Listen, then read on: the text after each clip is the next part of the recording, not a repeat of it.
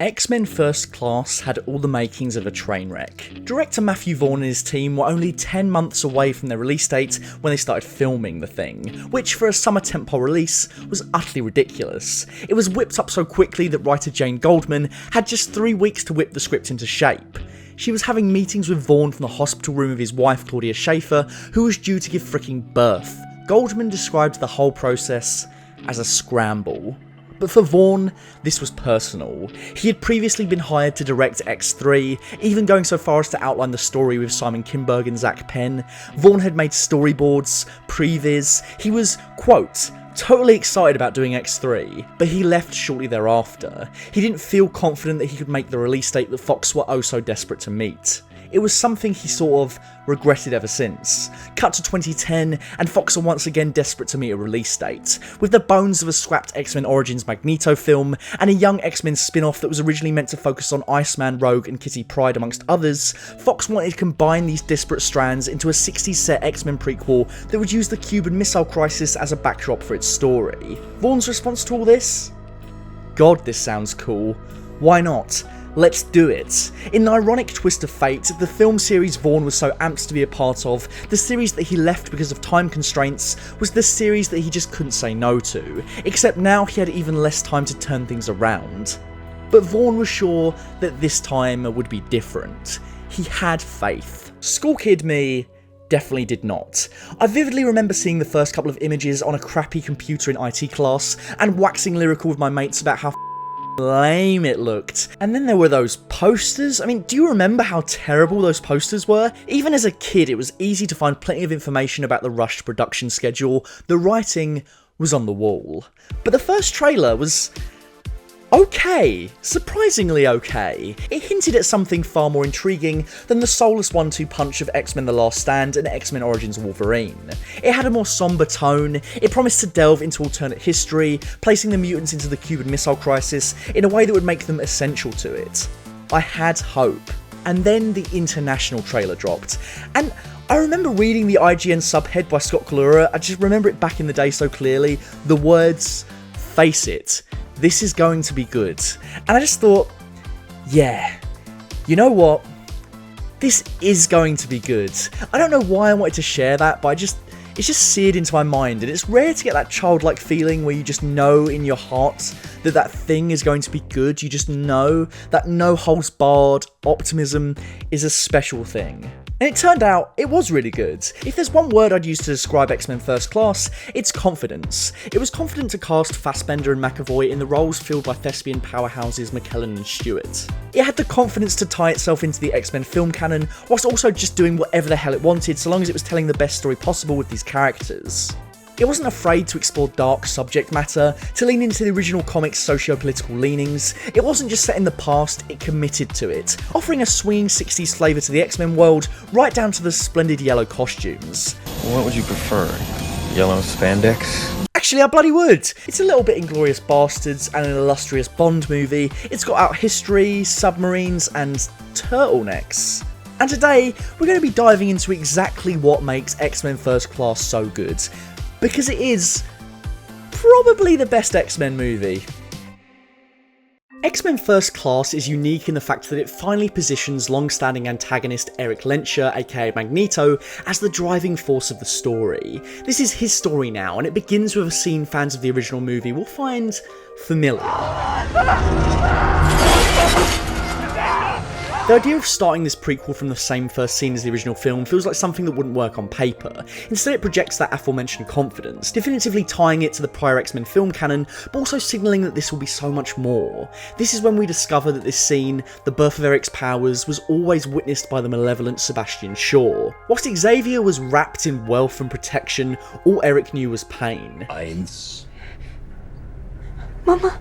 His only outlet is using that pain for catharsis, a dark, misguided lesson taught to him with the cruelest stroke. Zwei.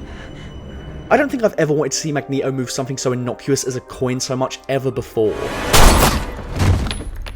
Erik moves everything, even killing the two soldiers, but in spite of all his rage-fueled abilities on full display, a glimpse of the destructive potential he will one day wield, Erik fails to so much as harm Shaw, and he fails to move the coin. This coin becomes Erik's totem through to adulthood, a physical signifier of not only the pain and torment that was wreaked upon him, but the vengeance he will deliver. Magneto is inevitable. If you come into his path, he will get exactly what he wants from you, and there is really nothing you can do. In spite of the audience being accustomed to the most unsavoury, unlikable parts of Erik's character in the previous films, if you were really so righteous, it'd be you in that thing. the context we are given here from the opening scene means we are never nothing if not fully behind him. We see a new side to Magneto. He was always positioned as the morally dubious anti-hero or outright antagonist. Here, he's still showing his nasty streak, but he's torturing a Nazi sympathiser. We've seen how terribly he was treated. We've of course seen how horrifically, beyond all comprehension, the Jews were treated in concentration camps at the time. Both the contextual world of the film and our own pay dividends for Erik's likability. We want to see him get to shore. We want to see him get his revenge. This scene is expertly directed, relying on filmic approaches beyond static coverage and dialogue to guide the viewer through the scene. The way Erik merely glances at the photograph of what we can assume is the bank manager's daughter tells both us and him everything we need to know regarding how far the mutant is willing to go to fulfill his objectives. Also, love the way he is reflected in the gold, just a neat angle really. On that note, I really dig the way this movie was shot. Vaughn intentionally avoided modern camera techniques where possible, instead opting for traditional movement and framing because that's how movies were constructed in the 60s. The results are bliss. There's no bloody shaky cam in sight. Not that Vaughn would make me worry, he's always been fantastic at framing even the most chaotic action. Fun fact, in spite of John Matheson's sole credit, this movie had as many as 5 DOPs, which sounds wild, but I'm sure that's more common than we might think. Rather than destroying an entire room in rage, this older, wiser Erik brings everything down to a much smaller, more intimate level. He merely pulls on the bank manager's metal fillings. Des plombages en métal, hein? Pas en or. On a peur que quelqu'un veut les voler. And then he leaves with an incredible line oozing the swagger and intimidating presence of a more hard-edged James Bond. Si vous prévenez qui que ce soit de mon arrivée, je vous retrouverai. But the best moment of Magneto-prescribed Nazi-beating justice comes in the form of the Switzerland bar scene. This movie draws on the comics, but more predominantly uses the intertextual language of cinema to craft its best moments. Case in point, this feels like your second slice of Inglourious Basterds cake, and my, it is delicious. Even though it's a fraction of the length of the bar scene in that movie, it employs all of the same masterful techniques as Tarantino himself. And Fassbender gives an absolutely awe-inspiring performance once again. Meine Eltern kamen aus Düsseldorf. Ah, Ja, Und wie ist der Name? sie hatten keinen Namen. We very quickly realise who these men are, and Erik so casually inserts himself into the conversation before revealing to them who he truly is. Ihr Name wurde ihnen weggenommen. Schweinebauern und Schneidern. The tension as all three of them sip their beers, the Nazis quite possibly fully aware that this is their final taste. So good. He is surgically precise in his killing, the knife so cleanly shooting across the room and straight back into his hand.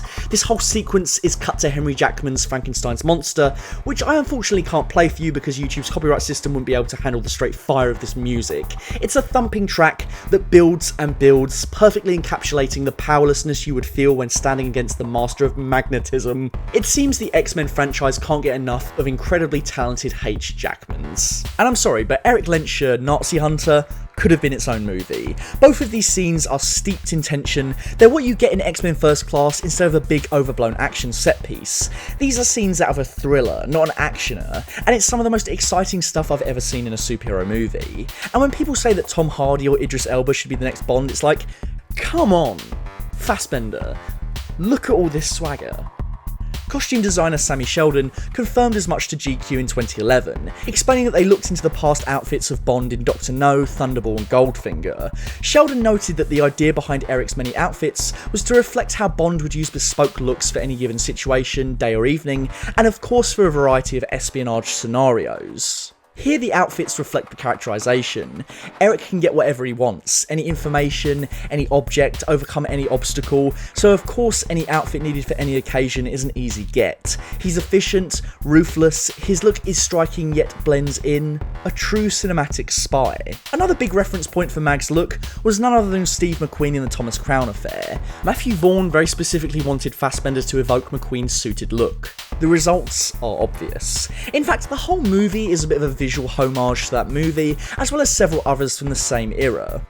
Those stylish and cool comic book panels used during several of the movie's montages?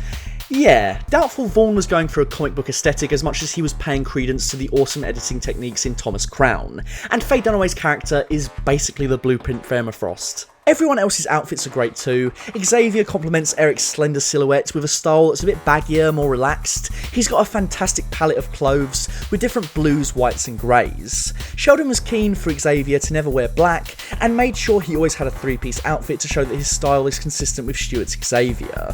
Emma Frost's penchant for wearing white clothing exclusively is striking, and the diamond effect is pretty cool. Although how does she morph her clothes as well? And of course, those fantastic yellow and blue uniforms. After many years of black leather, which, by the way, I don't mind too much design-wise, they were just in need of an upgrade by the time we got here, the 60s really suits those blocky colours and goofy contrasts. According to Sheldon, Vaughn was very keen to ditch the black leather in favour of something more functional. They used NASA spacesuits and early developments in Kevlar as reference points for the suits, as well as the very first yellow and blue outfits the X-Men wore in their very first issue. The result?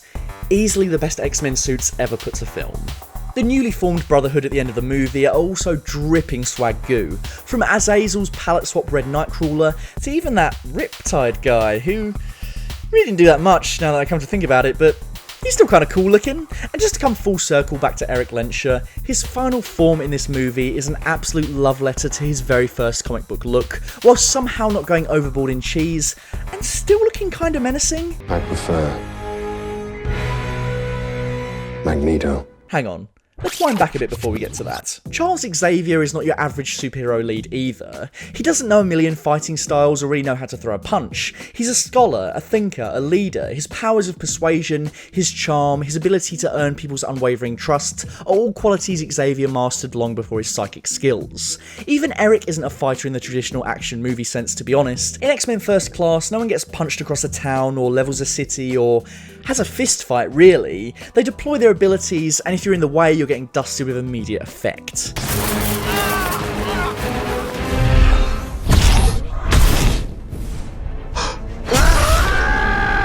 Poor Oliver Platt's Man in Black. He was one of the only open-minded Homo sapiens. He agreed to stay out of the way when Erik and Charles wanted to find the mutants alone, only to get murdered horrifically. And no one really gives a crap, but I guess horny Charles wouldn't notice anyone other than McTaggart. It's the perfect choice to make us buy that James McAvoy is the young Patrick Stewart by making this character the complete inverse of who he grows up to be. No longer do we picture the old, wise, sexless sage. Young Xavier is cheeky, headstrong, witty, and well, Young, dumb, and full of cum. the pair might be young Charles and young Erik, but I think a better descriptor would be horny Charles and horny Erik. This is a very horny movie, everyone's trying to get some, only further reflecting the gusto of the swinging 60s. Magneto and Mystique were always very close in the original trilogy, but here we're explicitly shown that they had a sexual, possibly romantic relationship in a crucial scene, more on that later. Truly, how can I talk about the horny vibes in this movie without mentioning Charles and Erik themselves? It's no secret that their friendship has always been more than a little homoerotic, and I know that there are a lot of fans that see the pair characterised as such.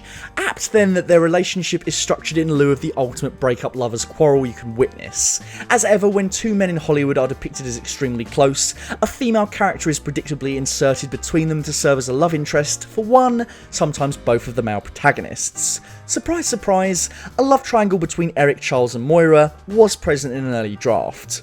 What exists in the movie between Charles and Moira doesn't really ignite past a flirtationship, and she's one of the least properly served characters in the movie. To writer Jane Goldman's credit, Moira facing sexism at the CIA and the idea that she too was a victim of prejudice was something that ended up mostly on the cutting room floor. What exists in the movie only hints at a more in-depth deconstruction of sex and sexism in the 60s. I was thinking that you are the most exquisite thing I've ever seen in my life, and that this needs ice.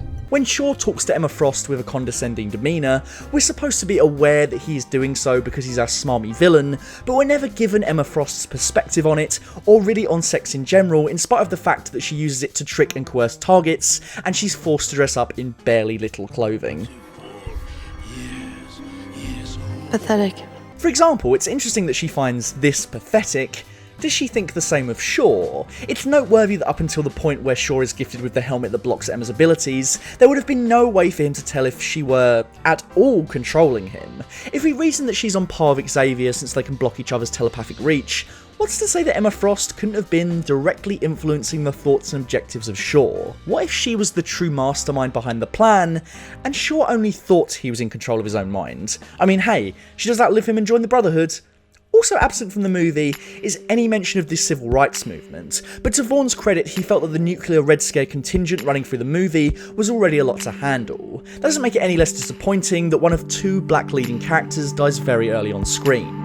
The chance to explore sex, race and gender a little bit more in X-Men First Class isn't so much a failing as it is a missed opportunity, but the fact that it is expertly paced from start to finish, with a lean, focused story dialing in on only a handful of characters, means it's no surprise that some details are left thinly sketched or entirely absent. Couple that with the fact that the rushed production schedule meant Vaughn was making it up as he went along, crafting a story from what he could, and it's fair to say that I believe he would have expanded upon a number of ideas given the time. It's almost as if Vaughn deserved full control to helm a sequel. Anyway, whilst Erik gets to be a Nazi hunter, this vengeance and the pursuit of Kevin Bacon driving the movie itself, the meat to Charles' story is found in his teaching. The first half of the movie charts Xavier and Erik's first steps to create the X-Men, utilising Cerebro and finding mutants who they can help. Their double act is fun, their rapport exceedingly natural, and manages to convey a strong friendship in a short amount of screen time that is already busy enough contending with the larger story at play. The anachronistic use of Niles Barkley's run, which I'm unfortunately not going to play for you but rest assured it is a banger, makes for a memorable scene. Now, even though this track isn't strictly from the time period the movie is set, it does share the same DNA. Barkley here samples a song from the 60s, Junior Jet Set by Keith Mansfield. Vaughn was keen to capture the mood and aesthetic of the 60s, whilst avoiding a period feel for the movie as a whole, and I think this choice sums that up. The old is combined with the new to create something truly unique. Identification, that's how it starts, and ends with being rounded up, experimented on, eliminated. The dissonance between them is also seeded early on, meaning their eventual split doesn't give the audience whiplash. Because of the all-important context of those early scenes, we come to view Erik and Xavier's positions on human-mutant relations as understandable in equal measure. We see Charles take his first true steps towards becoming Professor Xavier, spending sufficient time with each of his first class, giving them the means and the confidence to fully exert their abilities and find the control over them from within. The previous X-Men films had only given us glimpses of this, but the training montages in the film each showcase different ways that Xavier can offer genuinely helpful advice. It was about man's animal nature and his struggle to control it, to conform. And it's that struggle which is holding you back. And even Erik joins in on giving some helpful hints, although he is of course more aggressive in his mantra. If you're using half your concentration to look normal, then you're only half paying attention to whatever else you're doing. The movie keeps the pace brisk by creating a stylish and cool training sequence that should feel like it's going too fast, but manages to avoid this by condensing key arcs in a sufficient and satisfactory way. We also get to see Charles, Erik and Moira go on Cold War era missions as they hunt for Shaw. The mission at the Soviet base is really fun, not to mention their abilities are perfectly suited to espionage.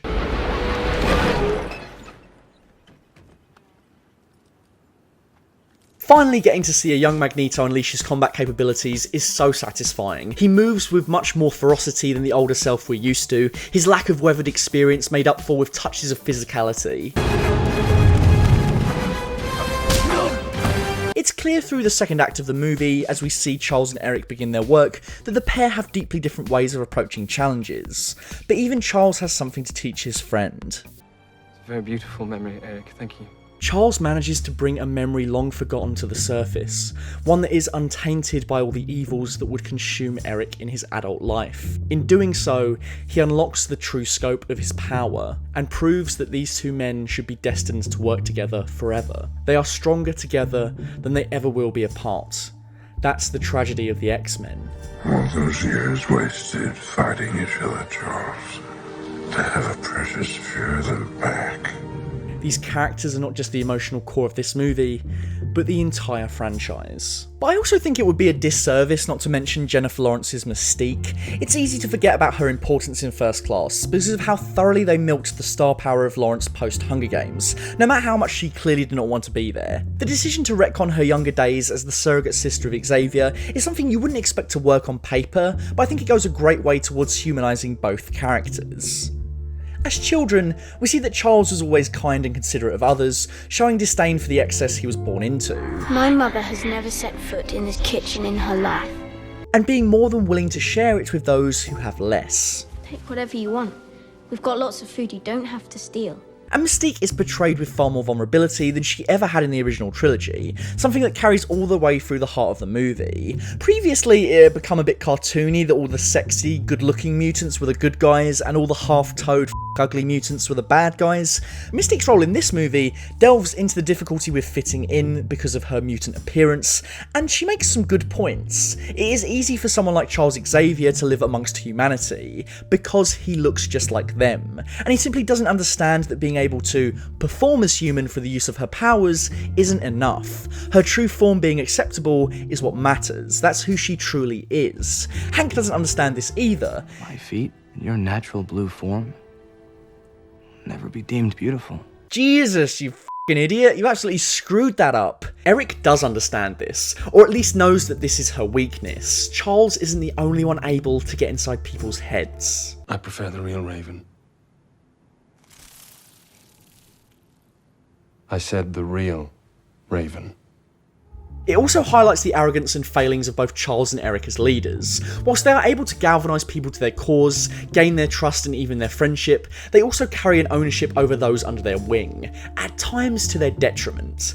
Charles sees Raven as his Raven, and Erik the same. She struggles to carve out an identity of her own as she juggles her allegiances. This is further explored in X-Men Days of Future Past. I've been trying to control you ever since the day we met, and look where that's got us. Hank represents the opposite side of Raven's beliefs. He believes himself an abomination and tries to fix it. The serum is a failure, and this leads to his transformation into Beast. The Beast transformation is way more grotesque and body horror than I remember it.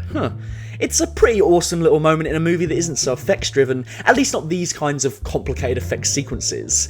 It's just a shame that It didn't work.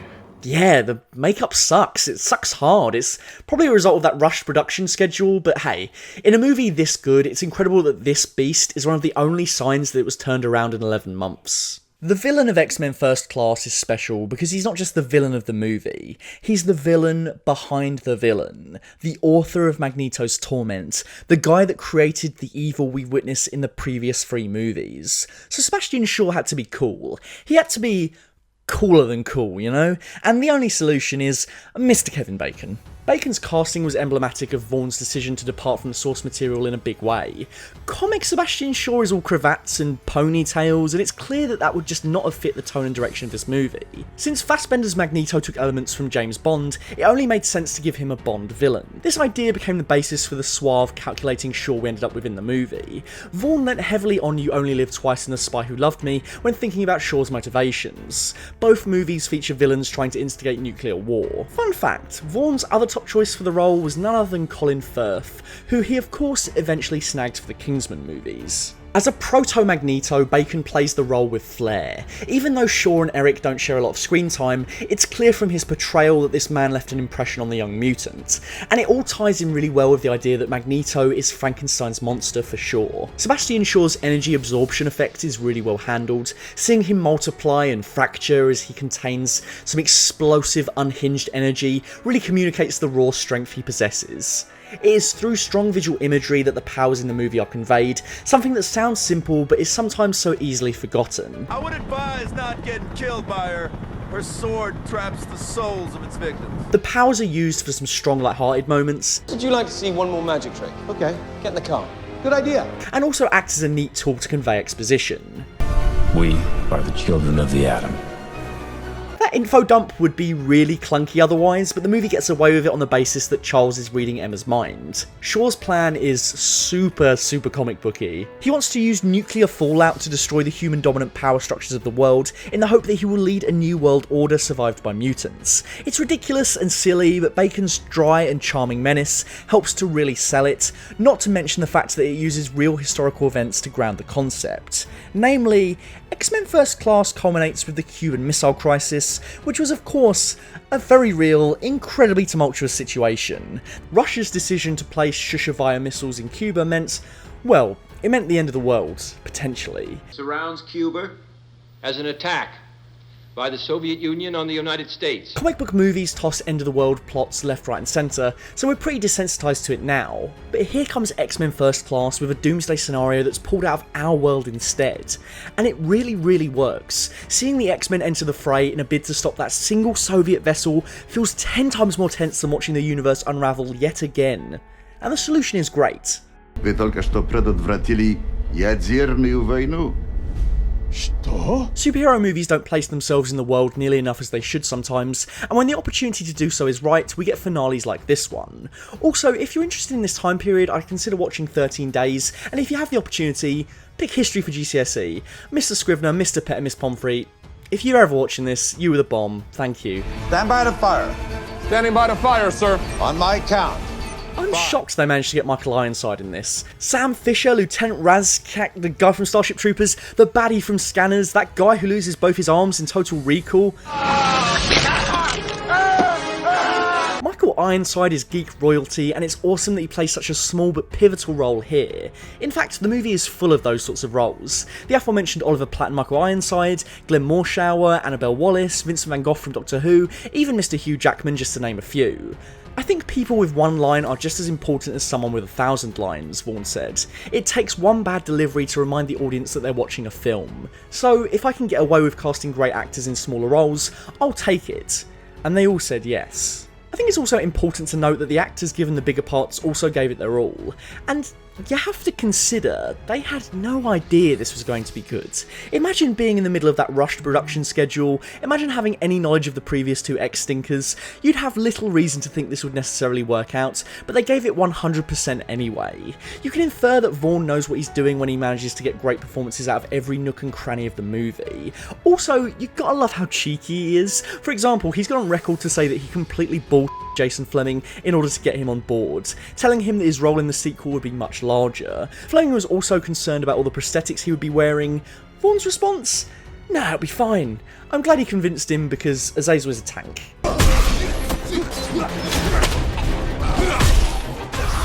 It's a testament to the film that it can blend this real event alongside the most outlandish aspects of the original comic book property in the finale, and it works. Well, better than works. The finale is great. The comic book images the film creates here aren't praised enough in my opinion. Seeing the X-Jet flying over the blockade, the colourful uniforms against the beach setting, and my personal fave this moment, a submarine and a jet hovering in the air, both the heroes and villains ships pitted against each other, suspended over the sea. It's great.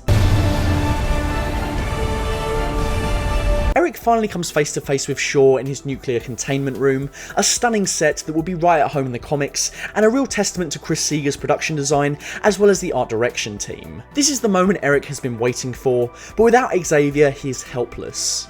I'm sorry for what happened in the cabs.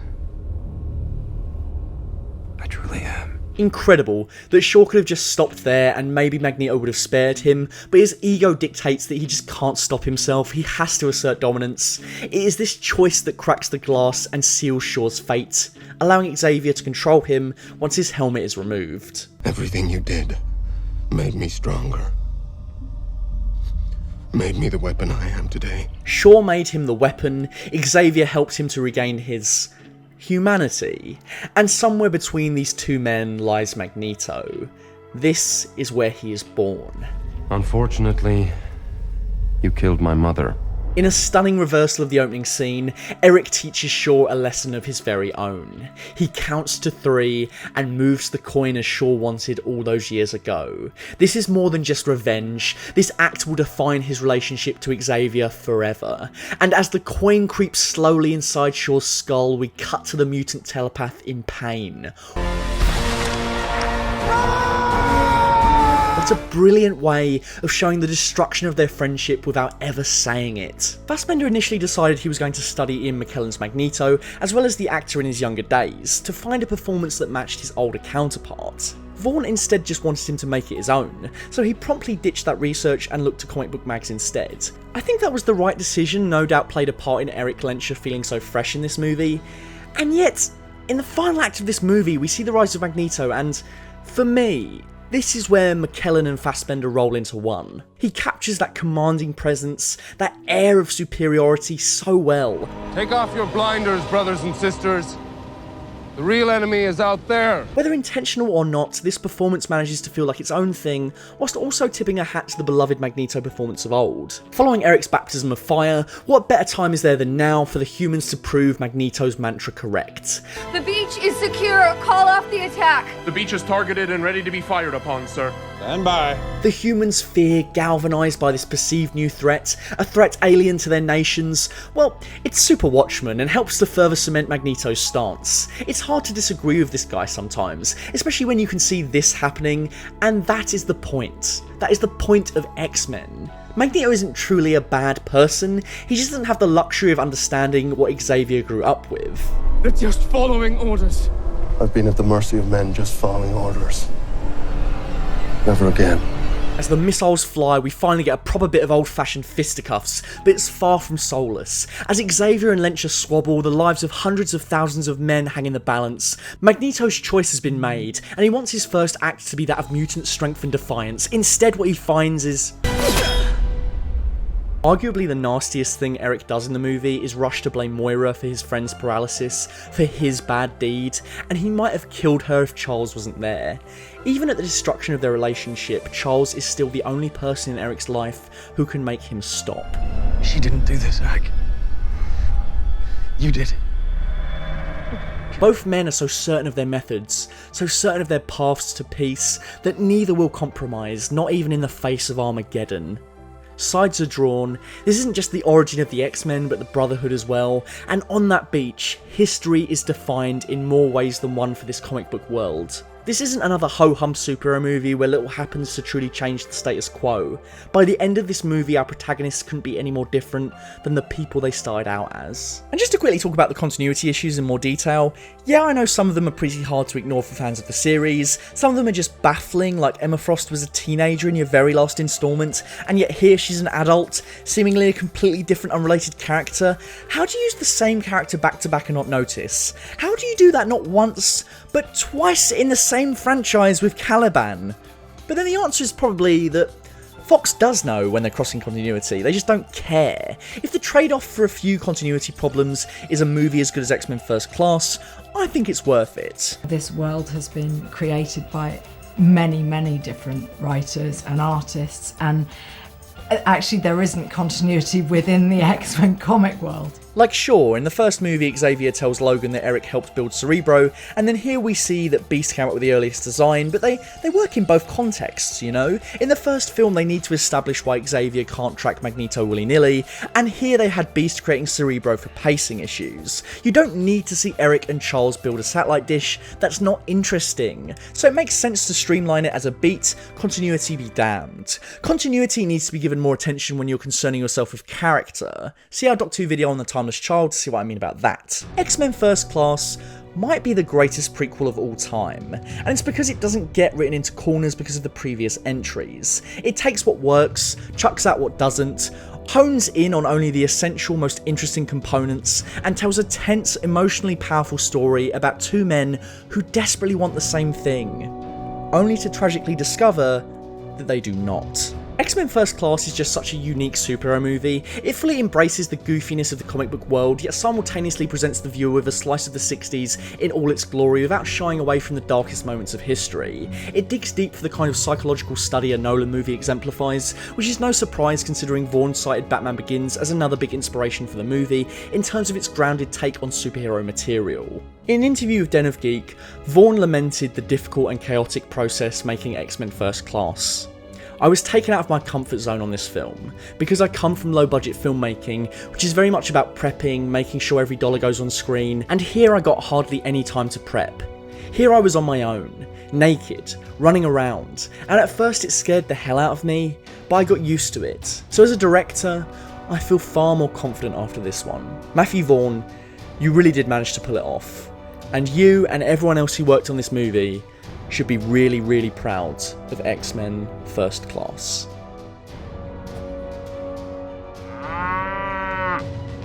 Thank you for watching another full fat video. Don't forget to click that subscribe button. Also, huge thanks to all of our patrons, especially Dr. Chike, Jax Merrick and Mike Nandu. You're all amazing.